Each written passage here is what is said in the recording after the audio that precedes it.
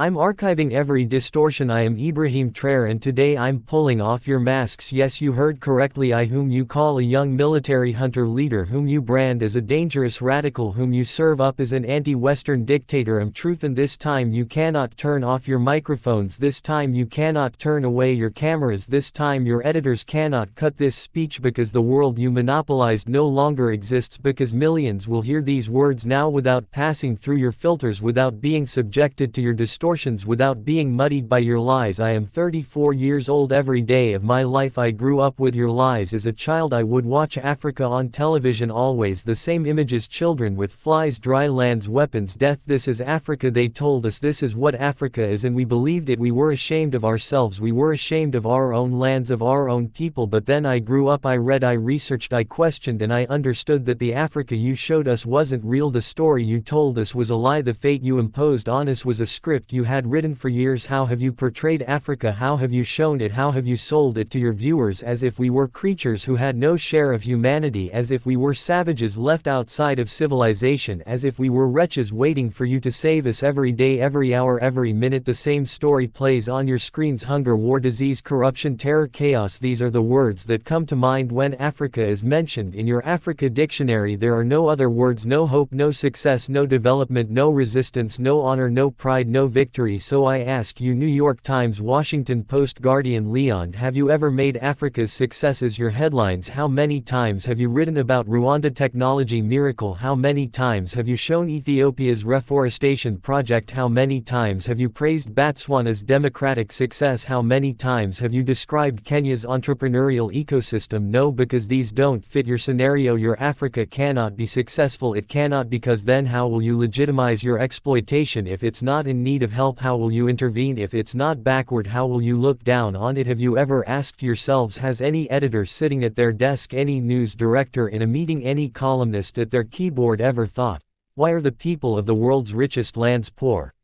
Here are the numbers for you, real numbers. Africa owns 70% of the world's cobalt reserves. Your cell phone, your computer, your electric car won't work without cobalt. This cobalt comes from Congo, but Congolans can't afford cell phones. Africa owns 90% of the world's platinum reserves: catalytic converters, electronic devices, medical implants. They all need platinum. This platinum comes from South Africa, but South Africans are crushed by unemployment. Africa provides 30% of the world's gold production. Mali, Burkina Faso, Ghana, Tanzania.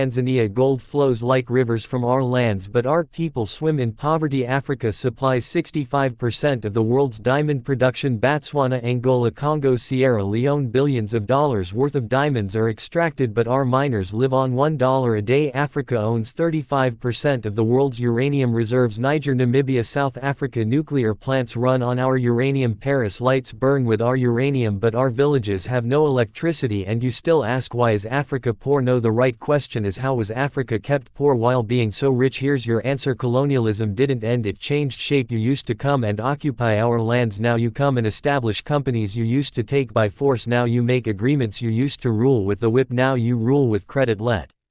Let me give you concrete examples with numbers, names, dates, but you'll never write about these. Glencore, Swiss-based mining giant extracting cobalt in Congo. 2022 revenue $256 billion. A tax paid to Congo $500 million. That's 0.2%. Is this justice? Rio Tinto, British-Australian mining giant extracting what in Guinea? 20 million tons annually. What's left for Guinea? Environmental pollution and cancer. Total Energies, French oil giant extracting oil in Angola, Nigeria, Congo. 2022 profit $36 billion.